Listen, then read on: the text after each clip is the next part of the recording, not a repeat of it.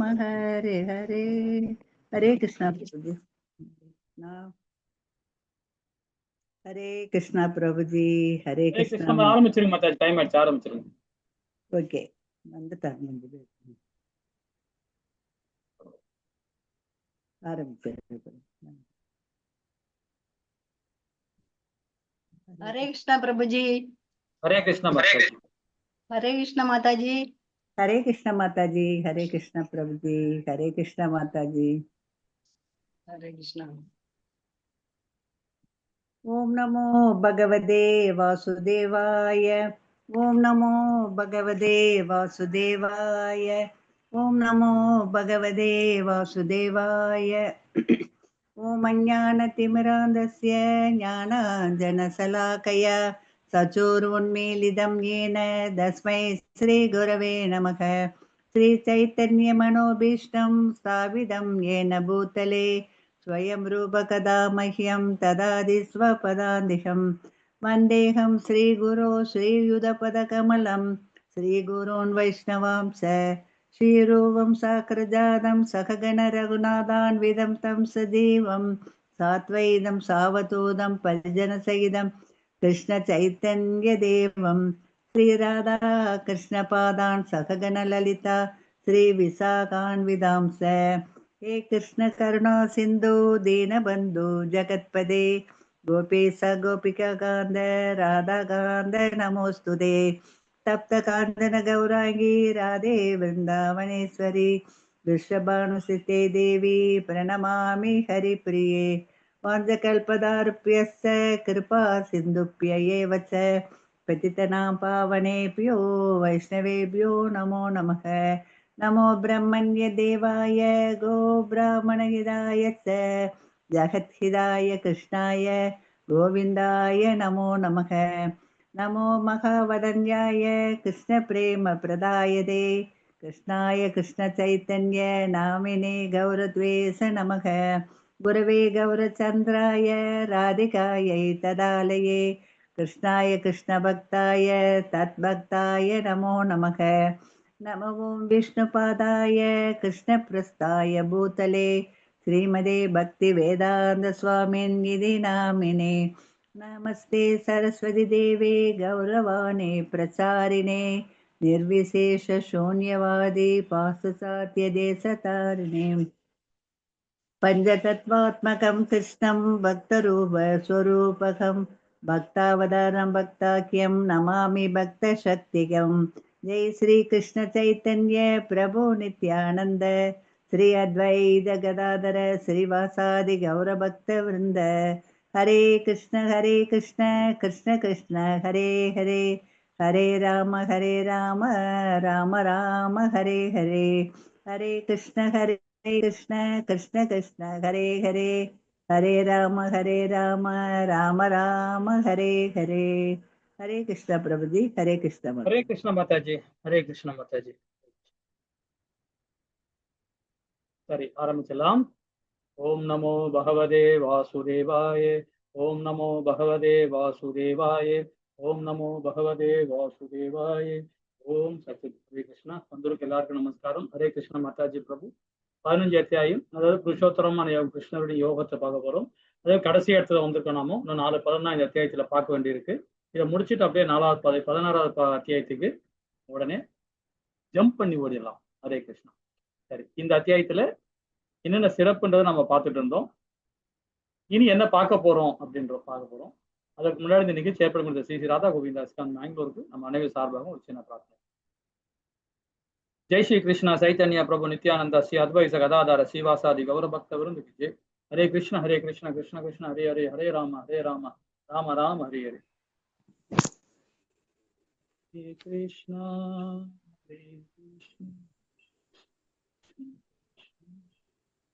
இப்ப நம்ம 16வது ஸ்லோகத்துல இருந்து 20வது ஸ்லோகம் வரைக்கும் சாரத்தை பத்தி பார்க்க போறோம்.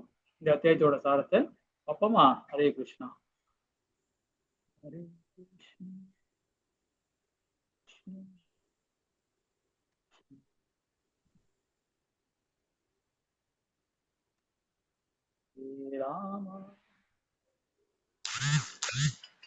அதாவது இந்த 16ல இருந்து 18 வரைக்கும் பாத்தீங்கன்னா அவரே வேதங்களிலும் மற்றும் வேதாந்தத்தின் சாரமா இங்க பகவான் கொடுக்கிறார். அப்போ ஹரே கிருஷ்ணா 16, 17 மாதாஜி. ஹரே கிருஷ்ணா மாதாஜி பிரபு. ஹரே கிருஷ்ணா பிரபுஜி. ஹரே பதம் கிருஷ்ணா. 16. स्वाविमौ पुरुषौ लोके சவுண்ட் இல்ல, एव च सरः सर्वाणि भूतानि. சவுண்ட் இல்ல மாதாஜி. ஹரே கிருஷ்ணா. ஹரே கிருஷ்ணா பிரபுஜி. சவுண்டா படிங்க, சவுண்டா கேட்கல. சத்தமா படிங்க மாதாஜி.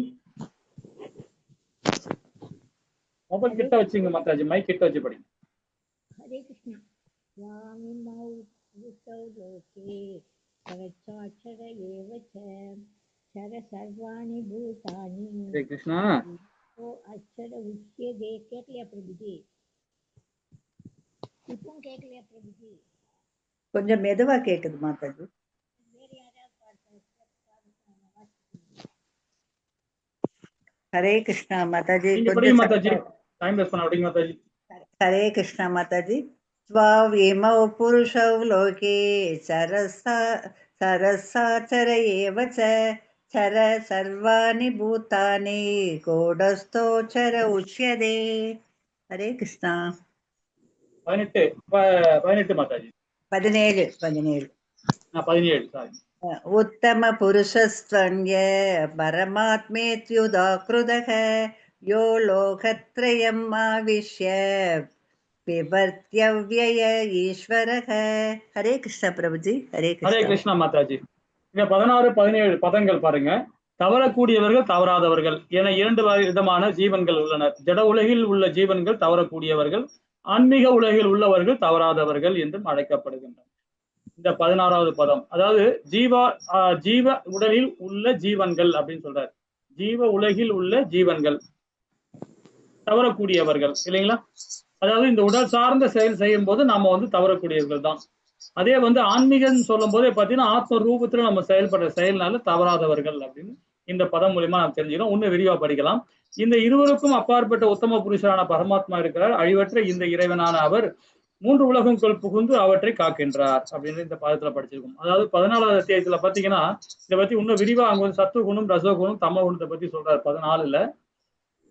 அதுலயும் பாத்தீங்கன்னா 15 அத்தியாயம் 15 அத்தியாயம் பாத்தீங்கன்னா வாழு ரசத்தை பத்தி கொடுக்குறாரு. என்ன மாதிரி வாழு ரசம்னு பாத்தீங்கன்னா சூரியனோட பிரகாசம், சந்திரனோட பிரகாசம், அதை வச்சு வாடு ரசம். அதுலயும் சொல்றார் 3 உலகிலும் நான் உள் வாங்கியிருக்கேன்.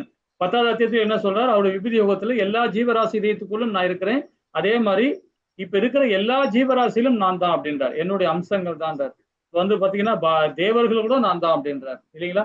நம்மளுடைய புத்தி, நம்மளுடைய செயல்பாடு, எல்லா செயல்பாடுக்கும் அவர் தான்றார். சோ அது விபூதி யோகத்துல 10வது அத்தியாயத்துல பார்த்தோம் இல்லைங்களா? அப்போ இந்த ஜட உடலில் இருக்கும் ஜீவாத்மாக்கள் தவறக்கூடியவங்க இருக்கிறாங்க, தவறாதவர்களும் இருக்கிறாங்க. தவறக்கூடியவர்கள் அப்ப நம்ம பௌதிக செயல்பாடு பண்ணும்போதுதான், பற்றோட இருக்கும்போது. அப்ப பற்றற்ற தன்மையா நம்ம செயல்பட போனோம்னா நம்ம கண்டிப்பாக தவற மாட்டோம் இல்லைங்களா? அதை மட்டும் நம்ம பிடிச்சிக்கிட்டா போதும் இல்லைங்களா? இந்த இருவருக்கும் அப்பாற்பட்ட அதாவது பரமாத்மா, புருஷோத்தரமான பரமாத்மா நமக்குள்ள இருக்கிறார் இல்லைங்களா? இப்ப ஜீவாத்மாவும் இருக்கு, பரமாத்மாவும் இருக்காங்க நமக்குள்ளார ஜட உடலுக்குள்ள. அப்ப அழிவற்ற இறைவன் அவர் 3 உலகிலும் நுழைந்து அவற்றை காக்கின்றார் அப்படின்றார் இந்த பதம் மூலியமா. அப்ப 2 விதமான ஜீவன்கள், தவறக்கூடியவர்கள், தவறாதவர்கள் அப்படின்னு. ஆன்மீக சம்பந்தமாக போகும்போது நாமும் தவறாதவர்கள், பௌதிகத்தில் இருக்கும்போது தவறக்கூடியவர்கள். அப்ப திரும்ப திரும்ப பிறப்பு, இறப்பு, முதுமை அந்த சக்கரத்துக்குள்ளே நம்ம மாட்டிக்கிறோம் இல்லைங்களா? ஹரே கிருஷ்ணா. பகவான் கிருஷ்ணனிடம் ஒற்றுமை என்றால் வேற்றுமை அல்ல. பகவான் கிருஷ்ணனிடம் ஒற்றுமை என்றால் வேற்றுமை அல்ல. அதாவது பரமபுருஷ பகவானுக்கு சேவை செய்வதை தவிர வேற எந்த தனிப்பட்ட ஆசையும் இல்லை என்பதே ரொம்ப இம்பார்ட்டன்ட். அதுதான் இல்லைங்களா? இப்ப நம்ம கோவில் ஏதாவது சிறப்பு, நம்ம கோவில் மாத்திரம் இல்ல, இப்ப நம்ம ஊர் சுத்துல நம்ம இருக்கிற நகரத்தை சுத்தி ஏதாவது ஒரு கோவில் இருக்கும், எல்லாமே இருக்காது. ஒரு விநாயகர் கோயிலா கண்டிப்பா இருக்கும் இல்லைங்களா? ஒரு கிராமம்னா கண்டிப்பா கோவில் இருக்கும். அந்த கோவில கூட நாம போய் பங்கு எடுத்துக்கலாம், நம்ம சேவை பண்ணலாம், சேவை மனப்பான்மையோட பண்ணணும். இங்கதான் இஸ்லான் கோவில் தான் வரணும், கிருஷ்ண கோவில் தான் வரணும் கிடையாது. எந்த கோவில் வேணாலும் போய் சர்வீஸ் பண்ணலாம். அங்க போய் சர்வீஸ் பண்ணும்போது ஹரிபக்தியோட பகவான் நாமத்தை சொல்லி பண்ணலாம், தப்பே கிடையாது. இதுதான் வேதம் அக்செப்ட் பண்ணுது இல்லைங்களா? அது ரொம்ப நாம இது பண்ணிடணும். ஏன்னா எந்த கோவிலுக்கு போனாலும் கிருஷ்ணரோட அம்சம் தான் எல்லாருமே பகவானுடைய அம்சம் தான். அப்ப பகவானுடைய அம்சம் போது எந்த கோவில் வேணாலும் போனாலும் பிரச்சனை கிடையாது. பட் ஆனா நம்மளுடைய பிலாசபி என்னைக்குமே நம்ம விட்டுறக்கூடாது. என்னன்னா எல்லாமே கிருஷ்ண பரமாத்மா தான் ஆதி அந்தமா இருக்கிறார். அந்த ஸ்தானத்துல அந்த இடத்துல நம்ம கோவிலுக்கு போய் நம்ம பணியோட பண்ணலாம், அது தவறே இல்லை அப்படின்னு சொல்லப்படுது. அப்போ பகவான் கிட்ட ஒற்றுமை என்றால் வேற்றுமையே அல்ல. இல்லைங்களா? அப்போ அதாவது பரமபுருஷ பகவானுக்கு சேவை செய்வதை தவிர வேற எந்த தனிப்பட்ட ஆசையும் என்பது இல்லை அப்படின்றத நம்ம புரிஞ்சுக்கணும். அதாவது தவறுவர்கள் பார்த்தீங்கன்னா மற்றும் தவறாதவர்கள் இருவருக்குமே அப்பாற்பட்டவராக பகவான் இருக்காரு. இது ரொம்ப இம்பார்ட்டன்ட் விஷயமா எடுத்துக்கணும். இது வந்து தவறக்கூடியவரும் சரி, தவறாதவர்களும் சரி, ஞானியா இருந்தாலும் சரி, கர்மியா இருந்தாலும் சரி, கர்ம யோகியா இருந்தாலும் சரி, கர்மியா இருந்தாலும் சரி, அதே சண்டால புத்தியில இருந்தாலும் சரி, எந்த குணத்துல இருந்தாலும் பகவான் அவருக்கெல்லாம் அப்பாற்பட்டவதான் இருக்கிறார். அதனால வந்து எல்லா ஆத்மாக்களையும் ஒண்ணு போலதான் பகவான் பார்ப்பார். வேற்றுமை பார்க்க மாட்டார். இவர் சத்துவத்துல இருக்கார், ரசோல இருக்கார், தமோல இருக்கார், சுத்த சத்துவத்துல இருக்கார், சண்டால புத்தியில இருக்கிறார் நான் பார்க்க மாட்டார். எல்லாமே பகவானுடைய அம்சம் தான். அந்தந்த கர்மத்துக்கு ஏத்த மாதிரி அவங்க அந்த உடல் கிடைச்சிருக்கு, உடல் தகுந்த மாதிரி அவங்க செயல்படுறாங்க இல்லைங்களா? ஹரே கிருஷ்ணா. அப்போ ஒருவர் வெறுமனே கடவுளை அதாவது கடவுளாக முடியாது. பகவான் என்னவெனில் கட்டுண்ட முத்தி, அதாவது கட்டுண்ட முத்தி பெற்ற எல்லா உயிர்வாளிகளுக்கும் இடையில் அவர்களுடைய பராமரித்து அவர்களது பல்வேறு செயல்களுக்கு ஏற்ப அனுபவிக்கான பல்லா விதி வசதிகளும் வழங்குகிறார். இப்ப நம்ம இம்பார்ட்டன்ட் அதுதான். இப்ப நம்ம வந்து பாத்தீங்கன்னா அடுத்த பிறவி நம்ம வந்து உடலை கட்டமைக்கிறோம், நம்ம ஒரு அடுத்த உடலத்தை கட்டமைக்கிறோம், நம்மளுடைய செயல் மூலியமா நம்ம கட்டமைக்கிறோம் இல்லைங்களா? அப்ப நம்ம கட்டமைக்க தேவையில்லை. நம்ம ஹரிபக்தியோட பகவானோட இருந்தாலும் நம்ம அந்த எண்ணமே நமக்கு வரவே வராது. கட்டமைக்கணுன்ற எண்ணமே வராது. ஃபுல்லா சுத்த சத்துவத்திலேயே நம்ம செயல்பட்டு கம்ப்ளீட். நம்ம எது செஞ்சாலும் சரி. ஒரு மாதாஜி ஒரு மெசேஜ் போட்டிருந்தாங்க, ரொம்ப அழகா போட்டிருந்தாங்க. அதாவது எல்லா பகவானுடைய நாமத்தை வச்சு எந்தெந்த நாமெல்லாம் நம்ம சொல்றோமோ அந்த நாமத்துக்கு தகுந்த மாதிரி நம்மளுடைய செயல்கள் இருக்கு. அந்த மாதிரி ரொம்ப அழகா ஒரு மாதாஜி வந்து மெசேஜ் போட்டிருந்தாங்க. ரொம்ப அற்புதமா இருக்கு இல்லைங்களா? அது வந்து சரஸ்வர நாமத்துல சொன்ன மாதிரி பகவானுக்கு 1000 நாமங்கள் இருக்கு. நான் தான் அது போட்டேன். ரவிசங்கரி. ஹரே கிருஷ்ணா மாதாஜி, ஹரிபோல் மாதாஜி. சரஸ்வர நாமத்துல வந்து நான் நிறைய ஸ்டோரி எடுத்து சொல்லுவேன். அதுலயும் நிறைய ஸ்டோரிகள் சொல்லுவேன். ஒரு நாமத்துக்கு ஒரு மகிமையோட ஸ்டோரி இருக்கு. ஸோ அதுல அந்த ஸ்டோரிகளும் பாத்தீங்கன்னா இப்படிதான் ரொம்ப அற்புதமா இருக்கும் ஒண்ணு. ஸோ இந்த மாதிரி ஒரு சின்ன நம்ம எங்க எடுத்து யாரு அடிச்சிருக்காங்களோ யாரு பார்த்து ஃபார்வர்ட் பண்றாங்க அது இருந்தாலும் பரவாயில்ல. ஆனா நம்ம அதை எடுத்து நம்ம அதை படிச்சு மற்றவங்களுக்கு பண்றோம் பார்த்தீங்களா, அதுவும் ஒரு சேவை தான் இல்லைங்களா? ஸோ அதை படிக்கும்போது நமக்கு இன்னும் நிறைய விஷயங்கள் தெரியும். அது மாதிரி 1000 நாமங்கள் இருக்கு பகவானுக்கு. ஒரு நாமத்துக்கு ஒரு மகிமை இருக்கு. அதெல்லாம் பாத்தீங்கன்னா அதோட புக்கு கூட இருக்கு என்கிட்ட வந்து பாத்தீங்கன்னா. அதுல வந்து பாத்தீங்கன்னா 10 வால்யூம் புக் இருக்கு என்கிட்ட. ரொம்ப அற்புதமா இருக்கும். இந்த மாதிரி புக்குகளே பாருங்க. ரொம்ப 1000 நாமங்கள் இருக்கு. 1000 நாமத்துக்கு இந்த ஒரு புக்கு வந்து ஒரு புக்கே வந்து 350 ரூபா 400 ரூபாய் விற்கிது. அது மாதிரி 10 புக் இருக்கு. 1000 நாமத்துக்கு ஒரு 100 நாமத்துக்கு இந்த ஒரு புக்கு. அது மாதிரி பாத்தீங்கன்னா 1000 நாமத்துக்கு 10 புக்கு. ஸோ அதுல பாத்தீங்கன்னா நிறைய ஸ்டோரிஸ் இருக்கும். ஒரு நாமத்துக்கு எப்படி ஸ்டோரி அவ்வளவு அற்புதமா கொடுத்துருக்குறாங்க ஸ்ரீ சம்பிரதாயத்துல. ஸோ அந்த மாதிரி இருக்கு. அதெல்லாம் வாங்கி படிங்க. படிச்சு கொஞ்சம் ஏன்னா அது மாதிரி விஷயங்கள் வந்து நம்ம சர்வே பண்ணணும். நம்ம இன்னும் என்ன இருக்குன்னு பக்தி தேடல் இருக்கணும் நமக்கு. அதாவது கணத்து தவளை மாதிரி நம்ம இருக்கக்கூடாது. நம்ம அதோடைய ஹெட்டிங் ஒண்டி கொஞ்சம் போட்டோ எடுத்து அனுப்பிச்சிடுங்க. ஒரு புக்குது. அப்ப நாம வாங்க வசதிப்படும். ஓகே மாதாஜி, அனுப்புறேன். ஸோ அந்த மாதிரி நான் நிறைய ஸ்டோரிஸ்ல வந்து ஸ்ரீ சம்பிரதாயத்தை எடுப்பேன். அதே மாதிரி உத்தர சம்பிரதாயம் எடுப்பேன், சன சம்பிரதாயம் எடுப்பேன் மாதாஜி. நம்ம பிரம்மக்கூடிய சம்பிரதாயம் எடுப்பேன். ஆனா நிறைய எனக்கு வந்து பாத்தீங்கன்னா ஸ்ரீ சம்பிரதாயத்தை நிறைய ஸ்டோரி கிடைக்கும். ஏகப்பட்ட ஸ்டோரி ஆச்சாரிகள் கொடுக்குற ஸ்டோரி நான் ரொம்ப அற்புதமா படிப்பேன் டைம் கிடைக்கும் போதெல்லாம். ஸோ அதெல்லாம் நமக்கு ஏன்னா வந்து பேச்சு வாக்கிலேயே நம்ம ஸ்டோரி சொல்லலாம்.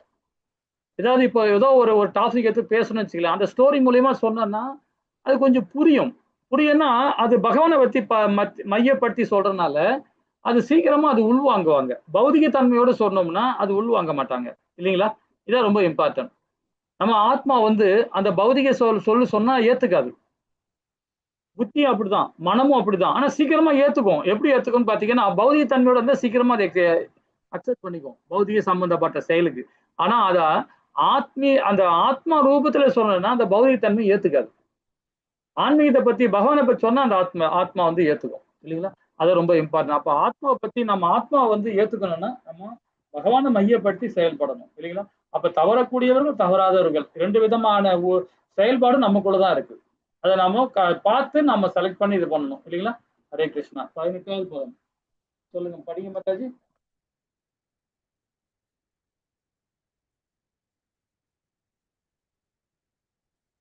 ஹரே கிருஷ்ணா மாதாஜி.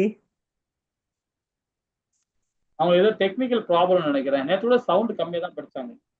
யஸ்மாத் நான் வாசிக்கவா பிரபு? யஸ்மாத் பரம் அதிதோகம் அசராத் அபிசோதம் पुरुषोत्तमः अधोऽस्मि लोके वेदे च प्रदीद पुरुषोत्तमः.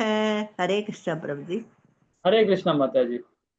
இந்த இடத்துல என்ன சொல்ற, தவறக்கூடியவர்கள் தவறாதவர்கள் ஆகிய இருவருக்கும் அப்பாற்பட்ட நான் திவ்யமான இருப்பதாலும் நானே உத்தமனான என்பதாலும் உலகிலும் வேதங்களையும் நான் அந்த புருஷோத்தனமாக கொண்டாடப்படுகிறேன் அப்படின்றார். இப்ப போன ஸ்லோகத்து இந்த இதுதான் இல்லைங்களா? இந்த விளக்கம் தான் ரொம்ப அழகா இதை கொடுக்கப்பட்டிருக்காங்க. அப்ப எப்படிப்பட்ட நாம பாத்தீங்கன்னா பகவான் கிருஷ்ணரே பரமாத்மா, தவறக்கூடியவர்கள் தவறாவர்களாக இருவருக்குமே அப்பாற்பட்ட நான் திவ்யமாக உள்ளேன், உத்தமனானேன். அது பிரம்மா, அதாவது பரமாத்மா பகவான். இப்ப நம்ம இந்த நிலையை நாம படிச்சிருக்கிறோம் முன்னாடியே, அதாவது ஸ்ரீமத் பகவத்கீதை ஆரம்பிக்கிறதுக்கு முன்னாடியே இதை படிச்சோம். இது என்ன மாதிரி நிலையில நம்ம படிச்சிருக்கோம் ஞாபகம் இருக்குங்களா உங்களுக்கு? பிரம்மா, பரமாத்மா, பகவான். இந்த மூணு நிலையை நம்ம உணரும் போது என்ன நிலையில இருப்போம்? நாம பிரம்மா, பரமாத்மா, பகவான், இந்த மூணு நிலையை ஒரு நிலையான அது இருக்கும்போது நம்ம எந்த நிலையில இருப்போம்? மறந்துட்டீங்களா? கொஞ்சம் சத்தமா சொல்லுங்க மாதாஜி. சொல்றேன்.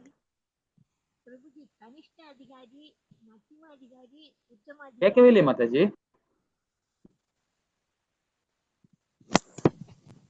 சொல்றாங்களா? ஏதோ சொல்றாங்க, மெதுவா சொல்றாப்ல. சரி, வேற ஏதாவது சொல்ல முடியுமா பாருங்களேன், முயற்சி பண்ணுங்களேன். ரவிசங்கரி மாதாஜி சொல்லுங்க. பிரம்மா, பரமாத்மா, பகவான், இதை உணர்றவங்க எந்தெந்த நிலையில இருப்பாங்க?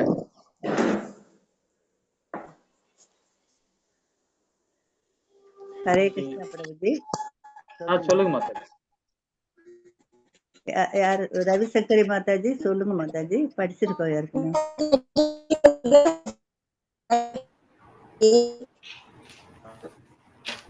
என்ன மாதாஜி? பிரம்மன் நமக்கு அடுத்த ஸ்டேஜ், பிரம்மனை உணர்தல் சொல்வோம். அதான் மாதாஜி, எந்தெந்த நிலை மாதாஜி? அது நிலைனா நீங்க எக்ஸாம்பிள் ஒரு 5-6 நிலை சொல்லுங்க. எனக்கு அது கனிஷ்ட அதிகாரி, மத்தியம அதிகாரி, உத்தம அதிகாரி. ஹரிபோல், ஹரிபோல் மாதாஜி, ஹரிபோல், ஹரிபோல். அது சொன்னீங்க, அப்ப மெதுவா. 3-4 தடவை சொல்லிட்டு இதைத்தான் 3-4 தடவை சொன்னேன். வெளியில வந்து பிரபுஜி, நான் வெளியில வந்துட்டேன், அதான் கேட்க முடியுது. ஓ, சொன்னதான் கேக்குது கிளியரா. சரி சரி சரி சரி சரி சரி சரி சரி. அதாவது பிரம்ம நிலை என்றது கனிஷ்டக அதிகாரி இல்லைங்களா? மத்தியம அதிகாரி பரமாத்மா உணர்றான், உத்தம அதிகாரி பகவானை உணர்றான் இல்லைங்களா? இந்த நிலையை நம்ம புரிஞ்சுக்கணும், இனிமே மறக்க கூடாது அதை. அப்ப நாமெல்லாம் கனிஷ்டக அதிகாரி தான். இப்போ பிரம்ம நிலையை உணர்றோம். லெவல் 1 லெவல் 2ல பிரம்ம நிலை தான் உணர முடியும். பரமாத்மா உணரணும்னா நம்ம 2வது நிலைக்கு போகணும், மத்தியம அதிகாரி கிட்ட போகணும். மத்தியம அதிகாரி செயல்பாடு எப்படி தெரியுமா இருக்கும்? சதா நேரமே பகவானை பத்தியே பேசிட்டு இருப்பான், பகவானை மையப்படுத்தியே பேசிட்டு இருப்பான். ரொம்ப அழகான செயல்பாடு இருக்கும் மத்தியம அதிகாரியுடைய செயல்பாடு. அதாவது சாது சங்கத்துல தொடர்பு கொள்ளணும்னு ஆசைப்பட்டுக்கிட்டே இருப்பார். சாது சங்கத்தை தொடர்பு இருக்கணும். அப்ப நாளைக்கு நாம ஒரு கிளாஸ் எடுக்க போறோம், பக்தி விஷா கிளாஸ். ஸோ அந்த பக்தி விஷா கிளாஸ் சொல்லும் போது பார்த்தீங்கன்னா அது பரமாத்மா நிலை. அது ஏன்னா அவரை பத்தி பேச போறோம், அவரை பத்தி எப்படி நடக்கணும், எப்படி செயல்படணும், இது என்ன சொல்லப்பட்டது, இது நம்ம என்ன உணர்றோம் அப்படின்றதான் பரமாத்மா நிலை. அது ஸோ அந்த நிலையை என்ன பண்ணணும், அது பாத்தீங்கன்னா அந்த பக்தி விஷா கிளாஸ்ல அட்டன் பண்ணி எல்லாருமே அதை நம்ம பண்ணும்போது அந்த நிலையை நம்ம உணர ஆரம்பிச்சிருவோம். பிரம்ம நிலைன்னு சொல்லும் போது கீதையை பத்தி தெரிஞ்சுக்கிறோம். இனி அடுத்த ஸ்டேஜ் என்ன அப்படின்றத தெரிஞ்சுக்கிட்டு தான் நம்ம பிரம்ம நிலை அடையிறோம். இப்ப நிறைய பேர் பாத்தீங்கன்னா பிரம்ம நிலை அடைஞ்சா மட்டும் முத்தி கிடைக்காது, அது நல்லா புரிஞ்சுக்கணும். நிறைய பேர் தெரிய மாட்டேங்குது. பிரம்ம நிலை அடைஞ்சா முத்தி கிடைச்சுன்னு நினைக்கிறாங்க. பிரம்ம நிலை அடைஞ்சாலும் முத்தி கிடைக்காது, சமாதி நிலை தான் அது. ஹரே கிருஷ்ணா பிரபுஜி. ஹரே கிருஷ்ணா. பிரம்மனை உணர்றவர் ஞானி. ஞானி யோகி பரமாத்மா, நமக்குள்ள இருக்கக்கூடிய பரமாத்மா உணர்றாரு. பகவானை உணர்றவங்க பக்தர்கள், பரமபுருஷ பகவான. அதாவது பகவான உணர்றவன் தான் முத்தி கிடைக்கும். பகவானை உணர்ந்து அதை செயல்படுறான் பாத்தீங்களா, அதுதான் சுத்த சத்துவம், அவன் தான் உத்தம அதிகாரி. ஸோ அந்த நிலைக்கு நாம எல்லாமே இப்போ கன்வெர்ட் ஆகணும்னா நம்ம கிளாஸ்ல குறைஞ்சது எல்லாருமே நின்று அட்டன் பண்ணி பக்தி விஷா கிளாஸ்ல உங்களுக்குள்ளேயே நீங்களே கலந்து பேசிங்க. கலந்து பேசிக்கிட்டு நீங்களே ஒரு முடிவு பண்ணி எடுங்க கிளாஸ். ஓகேங்களா? இப்ப எல்லா பேட்ச்லயும் வந்து பாத்தீங்கன்னா ரொம்ப அழகா எடுக்க ஆரம்பிச்சிட்டாங்க. 8 பேர் 10 பேர்னு வராங்க. இப்ப நம்ம குரூப்ல தான் வந்து பாத்தீங்கன்னா 2 பேர் 3 பேர் அப்படிதான் நம்ம இருக்கிறோம். ஆனா 5 பேர் 6 பேர் நம்ம நேம் கொடுத்துருக்கிறோம். ஆனா சரியா வர முடியல. கொஞ்சம் முயற்சி பண்ணி பாருங்க கொஞ்சம். நம்ம குரூப்ல நாளைக்கு வந்துருவாங்க மாதாஜி சரிங்கம்மா. பிரபுஜி எல்லாம். ஹரே கிருஷ்ணா. சரிங்க. ரவிசங்கரி மாதாஜி நாளைக்கு லீட் பண்ணுங்க. மீனாட்சி நிச்சயமா மாதாஜி. வந்துடுவேன் ஜி. எதுவா இருந்தாலும் எந்த சூழ்நிலையும் வந்துடுவேன். இல்ல நானு அது நம்ம ஒரு சில தவிர்க்க முடியாதுங்க. இப்ப நம்ம குடும்பத்துல இருக்கிறோம், நாளைக்கு ஏதோ ஒரு பிரச்சனை என்ன போனோம் சில ஒண்ணா, நேரங்கள் அது ஒண்ணும் பிரச்சனை இல்ல. அது ஒண்ணும் இது பண்ணிக்க வேண்டாம். ஒண்ணும் நான் அப்படி மொபைல்ல ஒண்ணும். வந்துருச்சு. எங்க இருந்தாலும் மொபைல்ல தானே வரப்போறோம். வந்துடலாம். ஓகேம்மா. ஓகே. சரிங்க உங்க மாதாஜி. பபிதா மாதாஜி போடுவாங்க. அத நீங்க வந்து போட்டாச்சு ஜி. பார்த்தேன். இருக்கு. உங்களுக்கு அப்ப அனுப்பி இருக்கேன் நான் நேத்தே போட்டு. பார்த்தேன். இருக்கு. ஹரே இன்னைக்குதான் கிருஷ்ணா. ஹரே சரி. கிருஷ்ணா. ஹரே கிருஷ்ணா. பகவான் கிருஷ்ணர் பராமரிக்கிறார். பகவான் கிருஷ்ணர் வழங்குகிறார். பகவான் கிருஷ்ணர் வழிகாட்டுகிறார். பராமரிக்கிறார். எப்படி பராமரிக்கிறார் நம்மளை எப்படி பராமரிக்கிறார் பாருங்க. நம்மளுடைய அசுத்தங்களை, நம்மளுடைய கழிவை அவர் தான் சுத்தப்படுத்துறாரு. நீங்க யோசனை பண்ணி பாக்குறீங்களா? நம்மளுடைய கழிவை யார் சுத்தப்படுத்துறா? பகவான் தான் படுத்துறார். நம்ம விடுற மூச்சு காத்து, குறிப்பா சொன்னா நம்ம விடுற மூச்சு காத்து அசுத்தம் தான், அது கழிவு தான். அது அந்த கழிவை பகவான் தான் சுத்தப்படுத்துறார். இயற்கை மூலியமா நம்ம சுத்தப்படுத்தி வைக்கிறார். அந்த இயற்கை யாராலும் பட்டது? பகவானால படைக்கப்பட்டது. அதை யார் பராமரிக்கிறார்? பகவான் தான் பராமரிக்கிறார். அவர் தான் பராமரிக்கிறார். அப்ப நம்ம அவருக்கு ஒரு நன்றி விசுவாசத்தோட நம்ம இருக்கணும் இல்லைங்களா? ஹரிபக்தியோட நம்ம இருக்கணும் இல்லையா? அவருக்கு நம்ம நித்திய சேவகனா இருக்கணும். பராமரிப்பு அந்த அவர் நம்மளை பராமரிக்கிறார். வேதங்கள் மூலியமா நம்மளை பராமரிக்கிறார். வழங்குகிறார். என்ன வழங்குகிறார்? ஞானத்தை வழங்குகிறார். முத்திய வழங்கல, ஞானத்தை வழங்குகிறார். ஞானத்தை கொடுத்துட்ட பிறகு அந்த ஞானத்தை பிடிச்சுக்கிட்டு நாமும் பந்தப்பட்டு இல்லாம பற்றற்ற தன்மையா இருந்து நாம என்ன பண்ணும்? செயல்பட்டு முத்தி அடையணும். பகவான் முத்தி கொடுக்க மாட்டார். நல்லா புரிஞ்சுக்க. புத்தி வந்து நம்ம முத்தி கிடைக்குதுன்னா நம்ம செயலாலதான் முத்தி கிடைக்கும். பகவானா கொடுக்க மாட்டார். எல்லாருமே சொல்லுவாங்க பகவான் தான் முத்தி கொடுப்பார், பகவான் முத்தியே கொடுக்க மாட்டார். பகவான் கொடுக்கிறது பராமரிக்கிறார், வழங்குகிறார், வழிகாட்டுகிறார். நாம தான் செயல்படணும். நாம செயல்பட்டாதான் நமக்கு முத்தி, இல்லைன்னா கிடையாது. அது பகவானே நினைச்சோட கிடைக்காது. அது நல்லா புரிஞ்சுங்க. திரும்ப சொல்றோம். ஆனா என்ன பண்றாரு தெரியுங்களா? வழிகாட்டுகிறார். நம்மளை கொடுத்து நம்ம பகவான சொல்படி கேட்டுட்டு போனா, அவர் கையை பிடிச்சிட்டு போனா நம்ம கூட்டும் போவார் முக்திக்கு. நம்மளை வழிகாட்டி விடுவார். அவ்வளவுதான். நாம அவர் கையை பிடிச்சுக்கணும். நம்ம கையை பிடிச்சுக்கிறோம். நம்ம என்ன பண்ணணும்? பக்தி தான். பகவானுக்கு பக்தி தான் கொடுக்கணும். அப்ப நம்மளை கூட்டும் போறார். அவர் கையை பிடிச்சி சின்ன குழந்தையா இருக்கும்போது அவர் கையை பிடிச்சிட்டு போறோம். அதே வாலிபனான போது அவரே என்ன பண்றோம்? உன்னுடைய உதவி தேவையில்லைன்னு வெளியே வரும். திருமணம் ஆச்சுன்னா அப்படியே டபுள் ஆயிடும், வேற மாதிரி ஆயிடும் இல்லைங்களா? சோ அதே மாதிரிதான் நம்ம பகவானை நினைக்கிறோம். நமக்கு ஏதாவது பிரச்சனை தான் பகவானை தேடி பாக்குறோம். எங்க இருக்கிறார், எங்க நிக்கிறார், எனக்கு எப்படி பண்ணிட்டாரு, அப்படி பண்ணிட்டாரு, ஏதாவது சொல்லிட்டு இருக்கோம். அவர் நம்மளை வழியும் காட்டுகிறார். நம்மளுக்கு அந்த எல்லா விதமான ஞானத்தையும் கொடுக்கிறார். நம்மளை பராமரிப்பு செய்யறார் இல்லைங்களா? ஆனால் நான் நினைத்துக் கொள்கிறேன், நானே நிகழ்ச்சிகளை நடத்தி வைக்கிறேன் என்று. அப்ப என்ன அகம்பாவம் பாருங்க. நமக்கு என்ன மாதிரி ஆணவத்துல நம்ம இருக்கும் பாருங்க இல்லைங்களா? சாப்பிடுற பொருளை செரிமானம் பண்றதே அவர் தான். காற்றை சுத்திகரி பண்றதும் அவர் தான் இல்லைங்களா? எல்லா விதமான செயல்பாடும் பகவான் தான் பண்றார். நாம எதுவுமே பண்ணல. மூச்சை எடுக்கிறோம், மூச்சை விடுறோம், அவ்வளவுதான் நம்ம செயல்பாடு. அது கூட பாத்தீங்கன்னா நம்மளோட கிடையாது. உள்ளுக்குள்ள இருக்கிற உடல் உறுப்பு தான். அந்த உடல் உறுப்பே பகவானுடைய தானே, ஜடசக்தி தானே இல்லைங்களா? ஹரே கிருஷ்ணா. சோ அப்போ எப்படி இருக்கணும் பாருங்க. நம்மளுடைய செயல்பாடு என்ன மாதிரி செயல்பாடு இருக்கணும் பாருங்க இல்லைங்களா? ஹரே கிருஷ்ணா. இப்ப 19-20 ரொம்ப அழகா சொல்லப்பட்டிருக்காங்க. 19-20 ஸ்லோகம். அதாவது பகவான் கிருஷ்ணரை அறிந்து கொள்வது என்பது அனைத்தும் அறிவாகும். இந்த 2 பதம் ரொம்ப அருமையான பதம். இது பாப்போமா? 19வது பதம் மாதாஜி.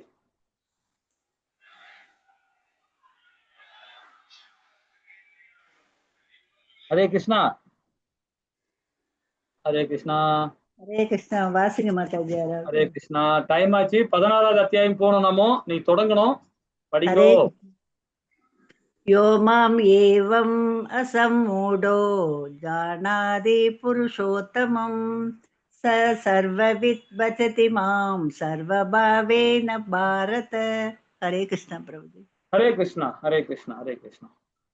எவன் ஒருவன் என்னை பரமபுருஷ பகவானாக ஐயமின்றி அறிகிறானோ அவன் எல்லாவற்றையும் அறிந்தவனாவான். எனவே மைந்தனே, அவன் எனது பக்தி தொண்டில் தன்னை முழுமையாக ஈடுபடுத்திக் கொள்கிறான். ரொம்ப அற்புதமா சொல்றான். இதெல்லாம் உத்தம நிலை, உத்தம நிலை, அதி உத்தம நிலை இல்லைங்களா? உத்தம அதிகாரோட செயல்பாடுதான் இப்படி இருக்கும். எனக்கு ஒரு சின்ன டவுட் இருக்கு, நீங்க எல்லாமே கிளியர் பண்ணுங்க. அதாவது இப்ப புஷ்ப மாதாஜி இருக்கிறாங்க, கொஞ்சம் சீனியர்லாம் யாரும் சொல்ல வேண்டாம். இந்த படத்துல பாக்குறீங்க, ஒரு பிரபுஜி வந்து பகவானுக்கு ஆராய்ச்சி எடுத்துட்டு இருக்கார். அங்க 2 விக்கிரகம் இருக்கு, 2 கையை தூக்கி நிக்கிறாங்க, 2 பேர் நிக்கிறாங்க. அது யாருன்னு சொல்ல முடியுமா? படமே சரியா தெரியல பிரபுஜி. படமே சரியா தெரியலையா? வீடியோ சரியா தெரியல எனக்கு.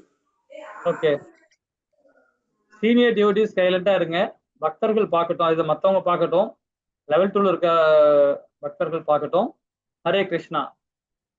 இந்த 2 விக்கிரகம் இருக்கு, 2 விக்கிரகம் கை தூக்கி மேல வந்து ஹரே கிருஷ்ணா மகாமந்திரம் சொல்லிட்டு இருக்காங்க. அந்த ஆங்கிள் தான் எல்லா கோவிலையும் இருப்பாங்க. அவங்க 2 பேர் யாருங்க? தெரிஞ்சுக்கணும். தெரியலனாலும் பரவாயில்ல, தெரிஞ்சுக்கலாம். சொல்ல முடிஞ்சா சொல்லுங்க, தெரியல சொல்லிடுங்க. தெரியல ஜி. தெரியலையா? ஹரே கிருஷ்ணா. இங்க பாத்தீங்கன்னா இந்த சைட்ல நான் இப்ப ஏரோ மார்க் காட்டுறேன் பாத்தீங்களா? இதுதான் பகவான் சைத்தன்யர். இவரு நித்யானந்தர். நித்யானந்தர் வந்து பரசுராமர் அவதாரம், இது சொல்லிட்டு பலராமரோட அவதாரம், லக்ஷ்மண அவதாரம் சொல்லிட்டே போலாம்.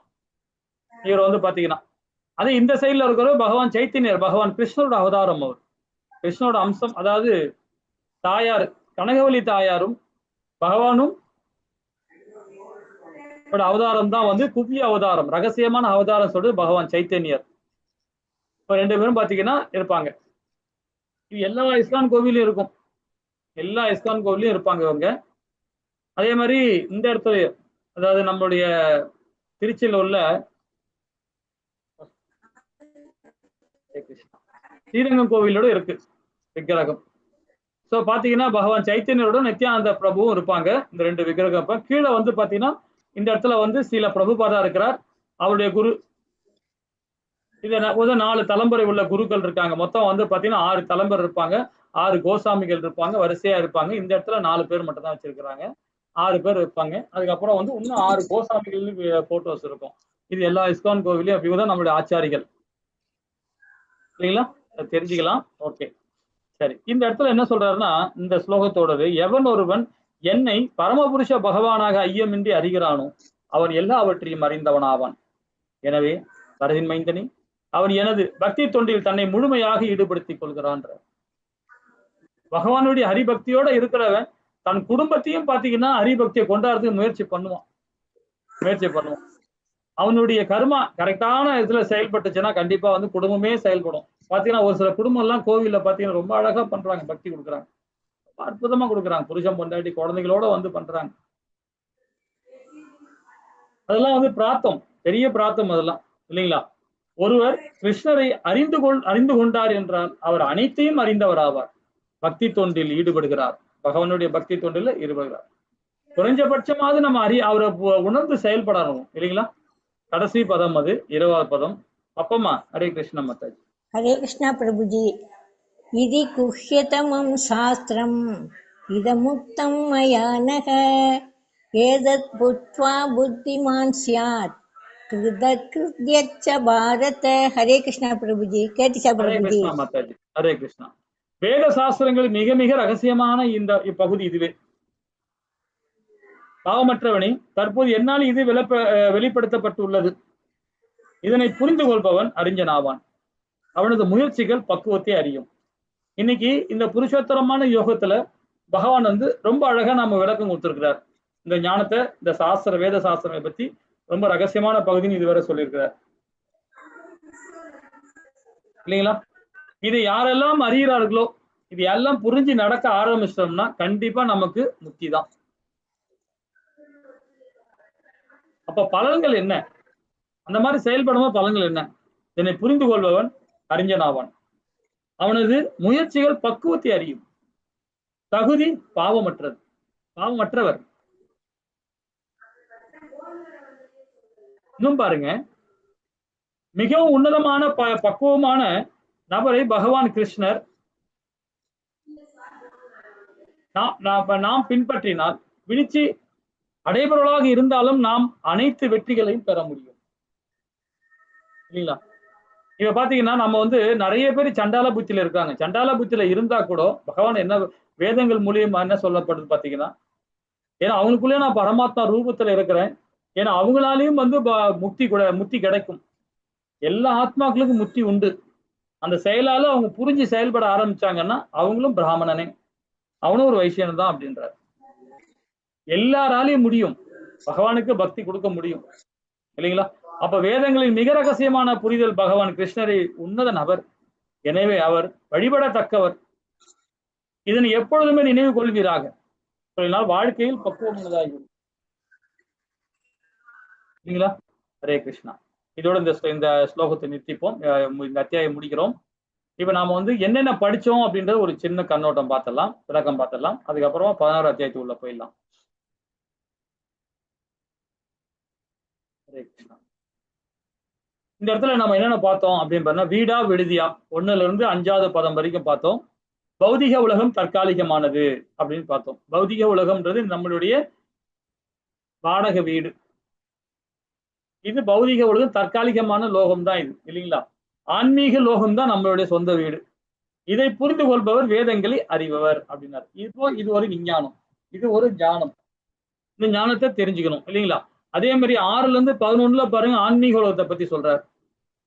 அதுல என்ன சொல்லப்படுறாரு அப்படின்னு பாத்தீங்கன்னா, ஆன்மீக உலகின் பண்புகள், பௌதிக உலகின் பண்புகள் பகவான் கிருஷ்ணன் நமது இழந்ததை தொடர்பு கொடுக்கிறார். பராமரி பிரகாரம் உடல், மனம், பக்தி, ஆத்மா.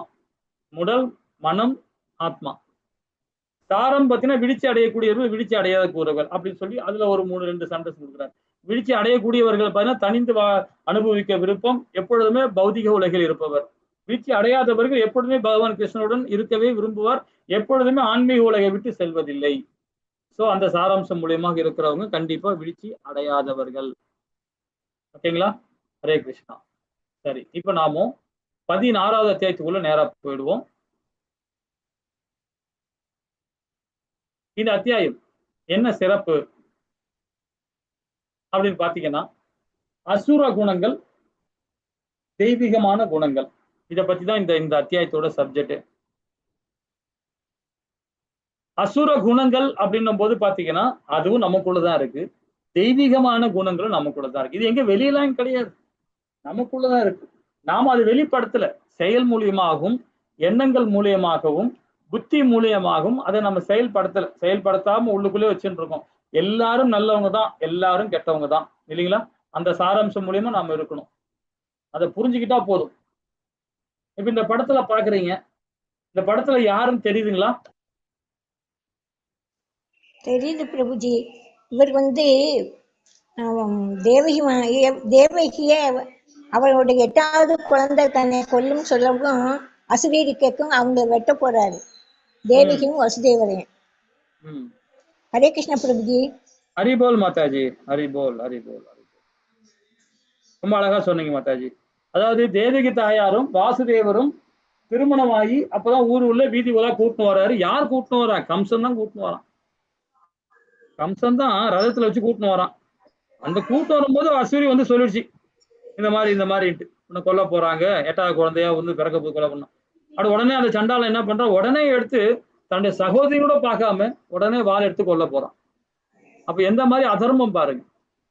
உண்மையே நம்மளுடைய சகோதரி, நம்ம சகோதரி பிள்ளையால, மாப்பிள்ளையால, மருமகனால நம்ம கொல்ல போறோமா? அது எவ்வளவு பெரிய பிரார்த்தனை நினைப்பான் ஒரு பகவானுடைய பக்தன். உண்மையான பக்தன் அப்படிதான் நினைப்பான் இல்லைங்களா?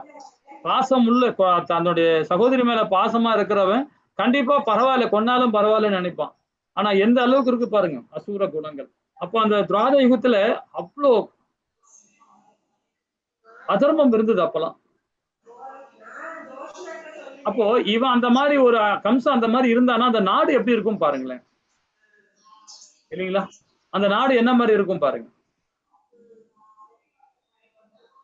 ஒண்ணுல திரௌபதி பாத்தீங்கன்னா 5 பேரை திருமணம் பண்ணிக்கிட்டாங்கன்னு சொன்ன உடனே இவங்க ஒரு திரௌபதி மட்டுமே 5 ஆடவர்களை திருமணம் பண்ணிட்டேன்னு உடனே அந்த டைம்ல ரொம்ப பயங்கரமா வந்து பிரச்சனை பண்ணாங்க.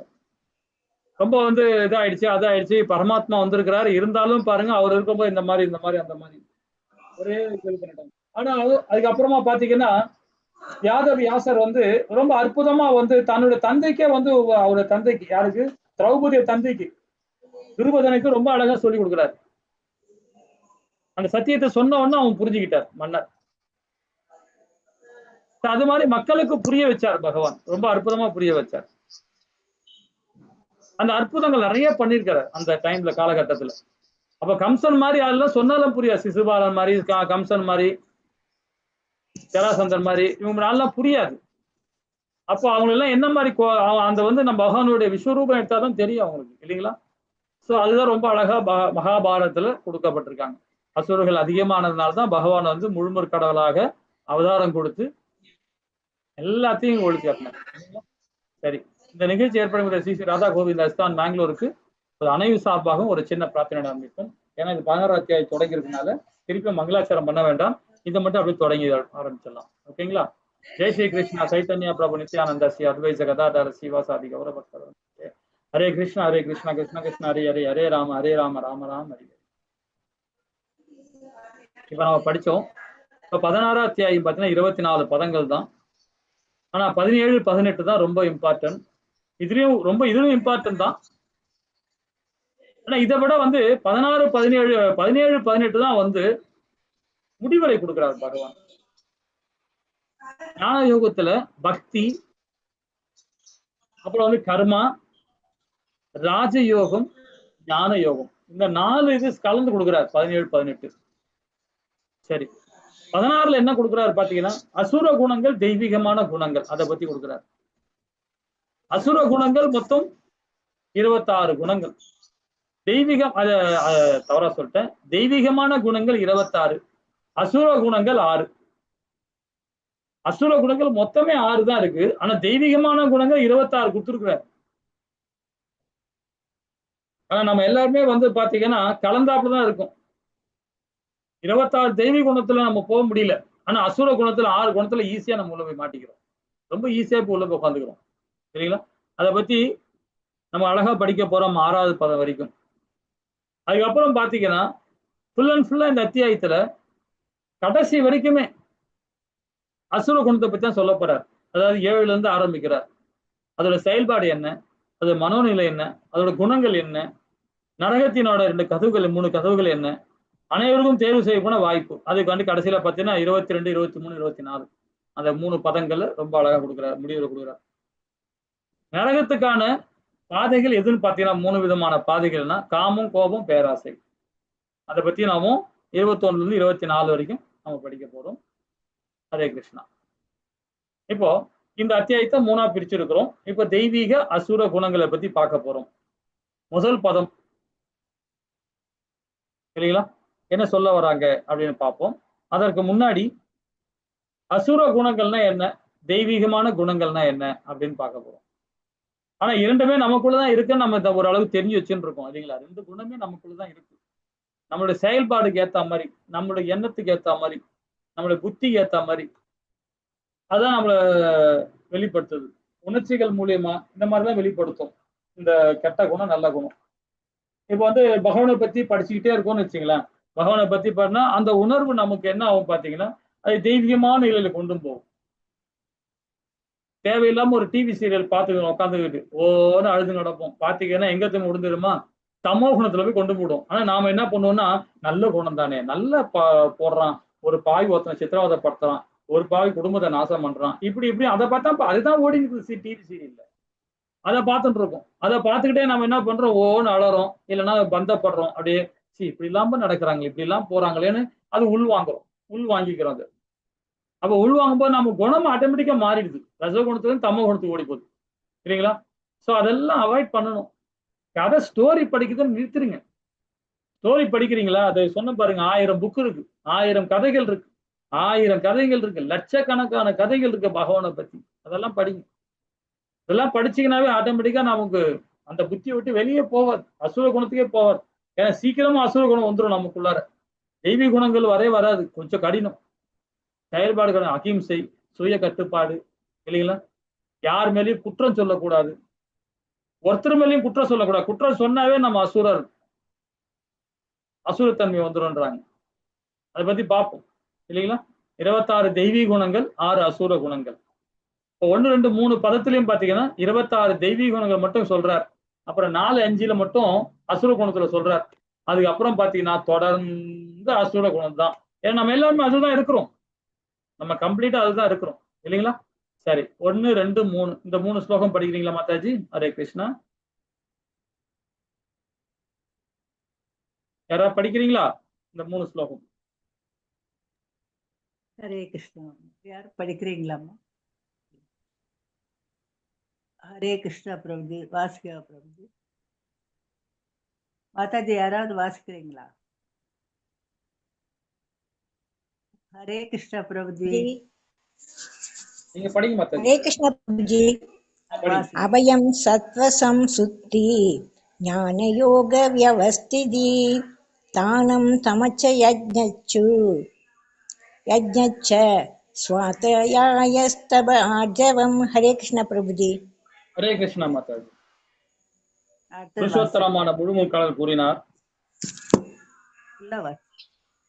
மாதாஜி. அச்சமின்மை எனது நிலையை தூய்மைப்படுத்துதல், அதாவது தனது நிலையை தூய்மைப்படுத்துதல், ஆன்மீக ஞானத்தை விருத்தி செய்து கொள்ளுதல், தானம், சுய கட்டுப்பாடு, யாகம் செய்தல், வேதங்களை கற்றல், தவம், எளிமை, அகிம்சை, வாய்மை, கோபத்திலிருந்து விடுபட்ட தன்மை, துறவு, சாந்தி, குற்றம் காண்பதில் விருப்பன்மை, எல்லா உயிர்கள் மீதும் கருணை, பேராசிலிருந்து விடுபட்ட தன்மை, கண்ணியம், வெட்கம்,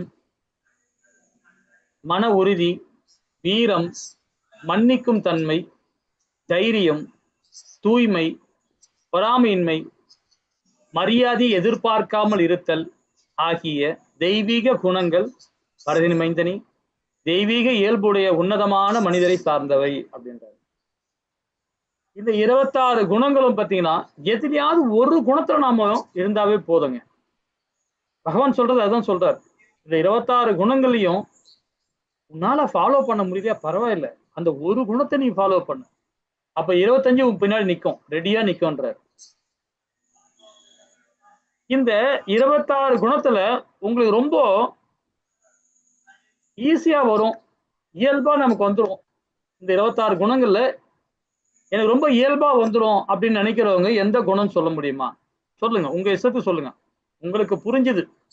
இந்த 26 குணங்கள்ல இந்த ஒரு குணம் என்னால செய்ய முடியும் அப்படின்னு நினைக்கிறவங்க சொல்லுங்க. பிரபுஜி, சொல்லுங்க மக்கள். அதாவது பேராசை இருக்காது பிரபுஜி. எது கிடைக்குதோ அது போதும். எல்லாரையும் பார்த்தா ஒரு வித கருணை நிச்சயமா வரும். அப்புறமா குற்றம் பார்க்க தெரியாது. சரியாது அவங்களுடைய தன்மை அப்படி நடந்துக்கிறாங்க, நம்ம ஏன் அதுல போய் உள்ள போகத்து அப்படி சொல்ல தைரியம் ரொம்ப இருக்கும். தைரியம் பிரச்சனையே இல்லை. வாக்கிங் எப்போனா எந்த நேரம் நான் போலாம். பொறாமப்படவே மாட்டேன். நம்ம கிடைச்சது நமக்கு போதும். நம்ம நல்லா இருக்கோமா அவ்வளவு போதும். மரியாதை கொஞ்சம் அவ்வளவுதான் பிரபுஜி. அரே போல் மாதாஜி. இந்த மாதிரி குணங்கள் இருந்தாவே போதும் மாதாஜி, இது இருந்தாவே போதும், இல்லைங்களா? அதே மாதிரி சொல்லுங்க மாதாஜி, உங்களுக்கு யாராருக்கு விருப்பம் சொல்லுங்க. நீங்க சொல்லும் போதுதான் அதை நீங்க செயல்பட ஆரம்பிப்பீங்க. படிச்சுட்டுன்னா சரி ஓகே 26 குணங்களா அப்படின்றீங்க, அதை நீங்க உள்வாங்கிக்கிட்டு என்னால இதை செய்ய முடியும்னு ஒரு சங்கல்பம் எடுத்துக்கங்க. பகவான் கிட்ட சங்கல்பம் எடுத்துக்கிட்டு செய்ய முடியும். இது இதுக்கு முன்னாடி எப்படி இருந்தோம் எனக்கு தெரியாது, இதுக்கு முன்னாடி எப்படி இருந்தோம் எனக்கு தெரியாது. ஆனா இந்த 26 குணங்கள்ல என்னால முடிஞ்சது ஒண்ணு கூட என்னால் பண்ண முடியும் அப்படின்னு நினைக்கிறவங்க ஏதாவது ஒண்ணு சொல்லுங்க. இல்ல 5 பண்ண முடியும், 10 பண்ண முடியும், 4 பண்ண முடியும், 2 பண்ண முடியும் சொல்லுங்க. சொல்லிட்டு சொன்னது மட்டும் இல்லாம பகவான் கிட்ட ஒரு சங்கல்பம் எடுத்துங்க. இதை நான் முயற்சி பண்றேன் பகவானே, முழுமையா பண்ண முடியினாலும் நான் முயற்சி பண்றேன் பகவானேன்னு சொல்லுங்க. கண்டிப்பா பகவான் கையை பிடிச்சி இழுத்துட்டு போவார், அப்படியே இழுத்துட்டு போவார் இந்த குணத்துக்கு. பின்னாடி 25 குணம் பின்னாடியே ஓடியாரும். ஏதாவது ஒரு குணத்தை நம்ம புடிச்சுக்கிட்டோம்னு வச்சுக்கலாம், அது பின்னாடியே 25 குணம் பின்னாடியே ஓடியாரும். அதை பகவான் நம்மளுக்கு வழிகாட்டுகிறார். நம்மள பராமரிக்கிறார். நம்ம படிச்சோம் இல்லையா? ஹரே கிருஷ்ணா. உங்களால முடிஞ்சது சொல்லுங்க. உங்களால இது முடியும், என்னால ட்ரை பண்றேன், முயற்சி பண்றேன் அப்படின்னு நினைச்சுக்கிட்டு சொல்லுங்க.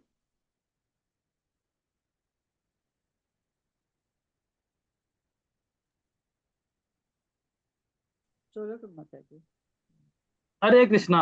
எல்லாம் சங்கடத்துல விடுறனா எடுத்து போய் சங்கல்ப எடுத்துக்கலாம். இல்ல தர்ம சங்கடத்துல கொண்டு போய் விடுறனான்னு பாருங்க. இல்ல பிரபு, இது வந்து ஒரு முயற்சி. முயற்சி தான். இதுமே முயற்சி. இப்பவும் சொல்றேன், இது உங்களுக்கு சுதந்திரம் கொடுத்திருக்காரு பகவான். அதை தீர்மானிக்கிறது நீங்க தான் தீர்மானிக்கணும். பகவான் தீர்மானிக்க மாட்டார், அப்பா அம்மா தீர்மானிக்க மாட்டாங்க. இந்த கிளாஸ்ல நடக்கும்போது அவங்கவுங்க எடுக்கிற செயல்பாடு தான் அவங்கவுங்க தீர்மானம். இது தவறு கிடையாது. தவறே நான் 26 குணமும் என்னால பண்ண முடியாது, ஆனாலும் நான் முயற்சி பண்றேன். என்னால முடிஞ்ச வரைக்கும் நான் முயற்சி பண்றேன். இதுவே பகவானுக்கு பெரிய இது. இந்த பகவத்கீதை கிளாஸோட வெற்றின்னு நான் நினைப்பேன். நான் முயற்சி பண்றேன் பிரபு, இது என்னால முடியாதுதான், என்ன நான் முயற்சி பண்றேன் அப்படின்னு சொல்றாங்க பாத்தீங்களா? இது பகவத்கீதை கிளாஸுக்குள்ள ஒரு வெற்றி தான் நினைக்கணும். ஏன்னா அந்த மாதிரி இருக்கு இந்த லோகம். பாசாங்குத்தனமான லோகமா இருக்குது இல்லைங்களா? இது வந்து பாத்தீங்கன்னா துன்பகரமான லோகம் இது. இந்த உலகத்துல வந்து பிரபுஜி சுய கட்டுப்பாடு, கோபத்துல இருந்து விடுபடணும். கோபம் வந்து நம்மை அழிக்கும், பக்கத்துல உள்ளவங்களையும் அழிக்கும். அதனால கோபத்துல இருந்து விடுபடுறது. யார்கிட்டையும் குற்றம் காண வேண்டியதில்லை. நம்ம கிட்ட என்ன இருக்கு, பிளஸ் மைனஸ்ன்னு பார்த்தா போதும். அப்புறம் ரொம்ப பேராசை வேண்டாம். இருக்கிறத வச்சு திருப்தியா, மாதாஜி சொன்ன மாதிரி திருப்தியா இருக்கணும். எல்லார்கிட்டையும் அன்பு தான், கருணை காட்டணும். யாரையும் வந்து மன்னிக்கக்கூடிய தன்மை, ஃபர்கெட் அண்ட் ஃபர்கிவ்னு சொல்வாங்க, மன்னிக்கும் தன்மை. ஹரே கிருஷ்ணா. ஹரே கிருஷ்ணா. ஹரே கிருஷ்ணா மாதாஜி. பலம். ஹரே கிருஷ்ணா. வேற ஏதாவது சொல்ல முடியுமா பாருங்க, முயற்சி பண்ணி பாருங்க. அப்படி இல்லைனாலும், நீங்க யாருமே சொல்ல முடியலனாலும் பரவாயில்ல, நான் அப்படிதான் எடுத்துப்பேன். இந்த கிளாஸ்ல வந்திருக்கவங்க இதை சொல்ல முடியல, இருந்தாலும் இந்த முயற்சி அவங்க எடுக்கிறேன்னு அவங்களுக்குள்ளாரே சைலண்டா இருக்கிறத நான் புரிஞ்சுப்பேன். அவங்க சங்கல்பம் எடுத்துக்கிறாங்க, அப்படி நான் எடுத்துக்கிறேன். ஓகேங்களா? எனக்கு வந்து பாத்தீங்கன்னா இந்த விஷயம் 26 குணங்கள்லையும் பாத்தீங்கன்னா செயல்பட எனக்கு ஆசைதான். இப்பவும் சொல்றேன், நான் ஒரு தீட்சா வாங்கிக்கிட்டேன், 2வது தீட்சா பிராமண தீட்சா போட போறேன். இப்போ பிராமண தீட்சா வாங்க போறேன். இப்பவும் சொல்றேன், 26 குணம் என்னால செயல்பட முடியுமானா கொஞ்சம் கடினம் தான் எனக்கு. ஆனா ஒரே ஒரு குணம் மட்டும் எனக்கு இருந்தா போதும்னு நினைக்கிறேன், வெட்கம். எனக்கு ரொம்ப பிடிச்சதே அதுதான். எனக்கு அந்த குணம் தான் எனக்கு ரொம்ப பிடிக்கும்.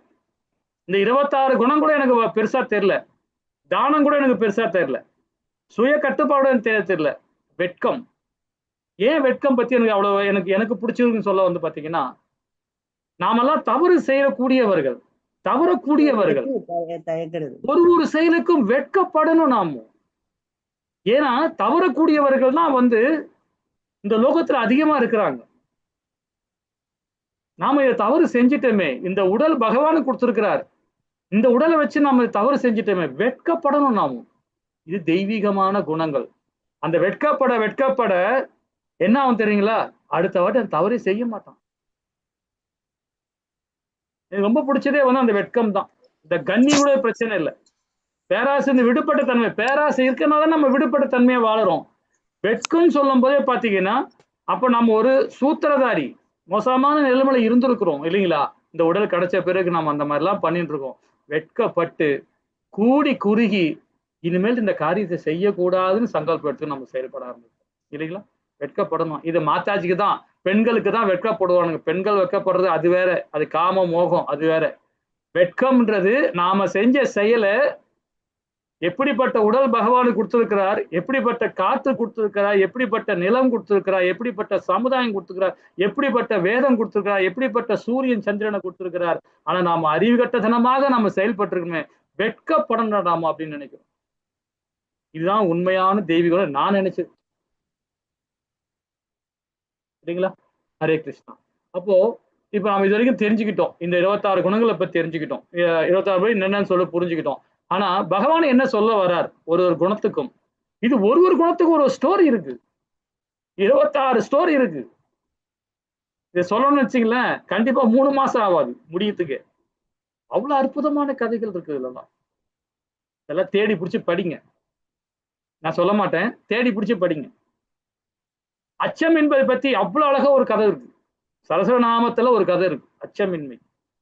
திடமா இருக்கும், பரசுராமர் மாதிரி திடமா இருக்கணும் நம்ம. அது எப்படி இருக்கணும்? திடமா இருக்கணும். எதை பத்தியும் கவலைப்படக்கூடாது. தன் தந்தையை கொன்னுட்டானே, ஏன் கொன்னான் அவன், எதுக்காக கொன்னான் அப்படின்னு நினைச்சு அது எவ்வளவு புத்தி கூர்மையோட செயல்பட்டாரு பாருங்க. செயல்பட்டு அதுக்கப்புறமா என்ன பண்ணாரு? ஆக்ரோஷமா ஆனார். அந்த வீரம் தெரிஞ்சு ஆக்ரோஷம் ஆனார். அது கடைசியில எல்லாரையும் மன உறுதியோட எல்லாமே தும்சம் பண்ணார் பரசுராமன். அச்சம் இருக்கவே கூடாது. அச்சம் இருந்துனாவே பயம் வந்துடும். பயம் வந்துச்சுன்னா நம்ம என்ன ஆகும் பாருங்களேன். இது சரியா வருமா, இது சரியா வருமா, இதை செய்யலாமா அப்படின்ற அந்த நிலைமை வந்துடும் நம்ம. ஆனா வேதம் படிக்கிறவன், சாஸ்திரம் படிக்கிறவன், சாஸ்திரத்தை ஃபாலோ பண்றவன் எதை பத்தியும் கவலைப்பட மாட்டான். அச்சமே இருக்காது அவனுக்கு. என்ன தெய்வீக குணத்துல வந்துட்டான். சரிங்களா? தனது நிலையை தூய்மைப்படுத்துதல். தன நிலை என்ன நிலைன்னு பாருங்க. நான் தந்தை ஸ்தானத்துல இருக்கனா, மனைவி ஸ்தானத்துல இருக்கனா, கணவன் ஸ்தானத்துல இருக்கனா, தாய் ஸ்தானத்துல இருக்கனா, எந்த ஸ்தானத்துல இருக்கன்னு அவன் அந்த நிலையை தூய்மைப்படுத்தணும் அவன். அதுதான் அதி உத்தமமான நிலை. நான் ஒரு வீட்டுக்கு, என்னோட வீட்டுக்கு நான் கணவனா இருக்கேன், மனைவிக்கு, பிள்ளைகளுக்கு நான் தந்தையா இருக்கிறேன். அந்த ஸ்தானத்தை தூய்மைப்படுத்தணும். அந்த நிலையை தூய்மைப்படுத்தணும் நாம, இல்லைங்களா? தனி மனித ஒழுக்கத்தோட 3ஆம் அத்தியாயத்துல படிச்சோம் இல்லைங்களா? அது போல நம்ம நிலையை நாம தூய்மைப்படுத்தணும். ஆன்மீக ஞானத்தை விருத்தி செய்து கொள்ளுதல். சதா நேரமும் நம்மளால டைம் கிடைக்கும் போதெல்லாம், எப்பெல்லாம், இப்போ ஒண்ணும் இல்லை, இங்க இருந்து ஒரு ஊருக்கு போயிட்டு இருக்கோம், டிராவல் ஆயிட்டு இருக்கோம், அந்த நேரத்துல பகவானுடைய ஞானத்தை நம்ம பகிரலாம், படிக்கலாம். ஒரு புக்கை வாங்கி வச்சுக்கிட்டு அழகா போகும்போது படிச்சுக்கிட்டே போகலாம். எப்பெல்லாம் டைம் கிடைக்குது ஹரே கிருஷ்ணா மகாமந்திரம் ஜபிக்கலாம், இல்லைங்களா?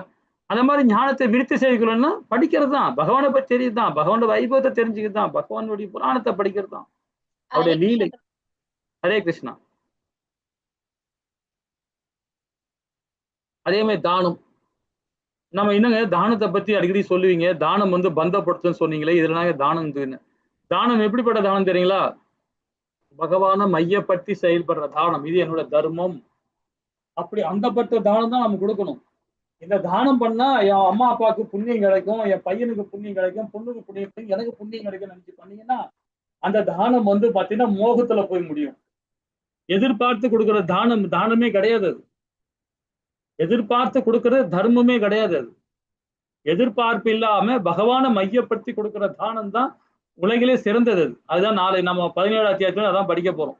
17, 18 தானத்தை பற்றி தான் பகவான் கொடுக்க போறார். இந்த அத்தியாயத்தில உண்டு, அது படிப்போம். சுய கட்டுப்பாடு இல்லைங்களா? இது எப்படி வரும்னு பாத்தீங்கன்னா 4 விதமான வர்ணங்கள் இருக்கு. வர்ணாசி தர்மம் மூலியமாக 4 விதமான வர்ணங்கள் இருக்கு.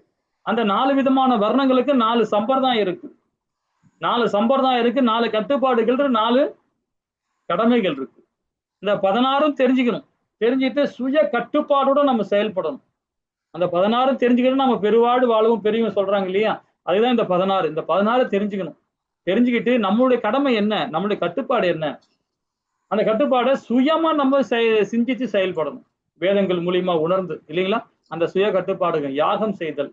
யாகம் செய்தல்னா பாத்தீங்கன்னா நமக்காக யாகம் செய்யக்கூடாது, சமுதாயத்துக்காக, பகவானுக்காக செய்யலாம். தனக்குன்னு செய்யும் போது அது பந்தப்படுத்தும், இல்லைங்களா? அந்த மாதிரி யாகத்தை செய்யவே கூடாது.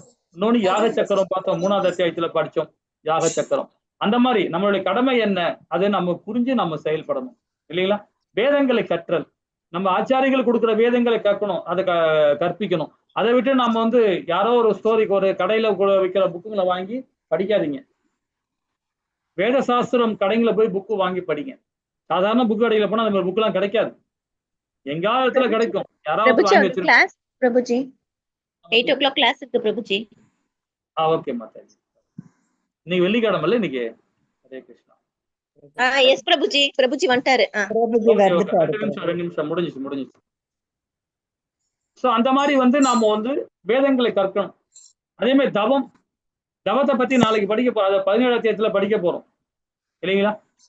எளிமை, அகிம்சை, வாய்மை, கோபத்திலிருந்து விடுபட்ட தன்மை. சரி, இதை நான் திங்கட்கிழமை படிப்போம். இந்த 16 அத்தியாயத்துல 1, 2, 3 ஸ்லோகம் வரைக்கும் நாளைக்கு நம்ம அடுத்த வெள்ளிக்கிழமை படிக்கலாம். நிறைய விஷயங்கள் படிக்க வேண்டியிருக்கு. படிப்போம். ஹரே கிருஷ்ணா. வாஞ்சா கல்பத்தரா चैतन्य प्रभु नित्यानंद श्री अद्वैत गदाधर श्रीवासादि गौर भक्त हरे कृष्णा कृष्ण कृष्ण हरे हरे हरे राम राम राम हरे हरे. சரி, ஓகே. நம்ம திங்கட்கிழமை மணிக்கு பார்ப்போம். ஹரே கிருஷ்ணா. நாளைக்கு பக்தி விஷய கிளாஸ் எல்லாம் கண்டிப்பா எல்லாரும் அட்டன் பண்ணுங்க. ஹரே கிருஷ்ணா மாதாஜி பிரபு. ஹரே கிருஷ்ணா. ஹரே கிருஷ்ணா பிரபுஜி. ஹரே கிருஷ்ணா. ஹரே கிருஷ்ணா மாதாஜி. ஹரே கிருஷ்ணா பிரபு. ஹரே கிருஷ்ணா பிரபுஜி. ஹரே கிருஷ்ணா. ஹரே கிருஷ்ணா மாதாஜி. ஹரே கிருஷ்ணா பிரபுஜி. ஹரே கிருஷ்ணா ஹரே கிருஷ்ணா மாதாஜி. பிரபுஜி நான் அந்த யூடியூப் ஆஃப் க்ளோஸ் பண்ணலாம். க்ளோஸ் பண்ணிட்டீங்களா? சரி, நான் பண்ணிடுறேன். ஹரே கிருஷ்ணா பிரபுஜி. ஹரே கிருஷ்ணா பிரபுஜி. ஹரே கிருஷ்ணா. ஹரே கிருஷ்ணா. ஹரே கிருஷ்ணா பிரபுஜி. ஹரே கிருஷ்ணா மாதாஜி. ஹரே கிருஷ்ணா. ஹரே கிருஷ்ணா பிரபுஜி. ஹரே கிருஷ்ணா மாதாஜி. தேங்க்யூ. எனக்கு இதை க்ளோஸ் பண்ணிட்டீங்களா யூடியூப்? நான் பண்ணிடுறேன் பிரபு. ஓகே.